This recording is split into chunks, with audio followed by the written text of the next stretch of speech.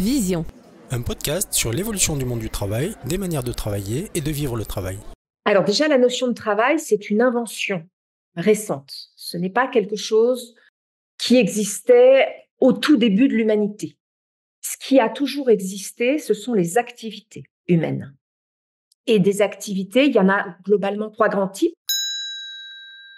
Le travail a été inventé bien plus tard pour répondre à des besoins d'organisation de la société. Et le travail tel qu'on l'entend aujourd'hui, il est encore largement teinté justement de cette notion de tripalium, si on prend étymologiquement, donc cette notion de labeur, de difficulté, il faut souffrir pour, et ça c'est un héritage globalement judéo-chrétien.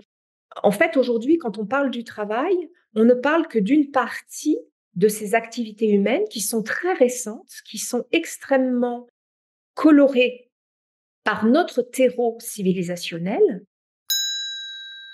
J'essaie dans mon rapport au travail d'être la plus légère possible, c'est-à-dire de ne pas m'encombrer. J'essaie vraiment de questionner en fait qu'est-ce que je fais, comment je le fais, est-ce que ça fait du sens pour moi ou pas?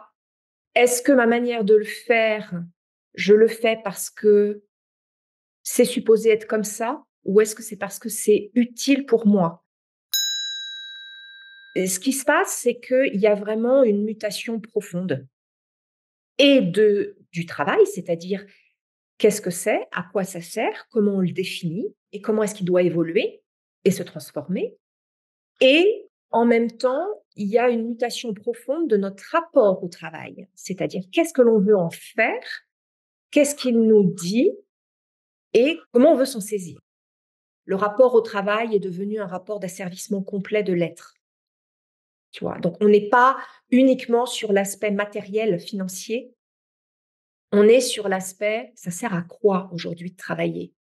Si c'est pour ne pas avoir la sensation de vivre, de profiter, de devenir quelqu'un.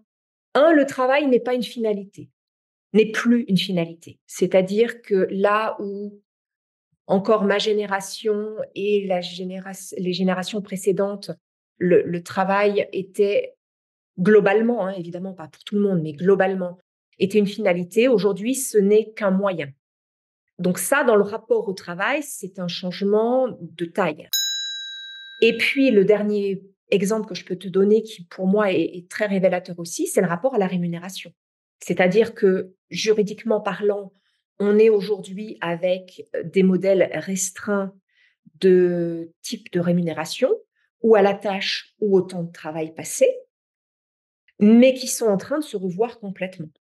C'est-à-dire, et il n'y a pas de bonne ou de mauvaise réponse, il y a simplement se questionner pour identifier qu'est-ce qui est le plus judicieux. Est-ce qu'on doit payer la rétribution d'une activité à la tâche, au poste, au temps passé, et comment calculer ça? Le temps passé, c'est le temps derrière son travail ou c'est le temps à gamberger?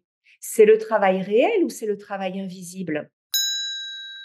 L'avenir de nos activités, de la manière de le vivre et de la manière de l'organiser ne peut pas faire l'impasse sur nos envies personnelles. C'est-à-dire que si on n'impose pas, d'une manière ou d'une autre, le fait de s'y prendre autrement, parce qu'on a envie de l'expérimenter comme ça, parce qu'on a besoin de l'expérimenter d'une certaine façon, eh bien, le système ne va pas nous le proposer.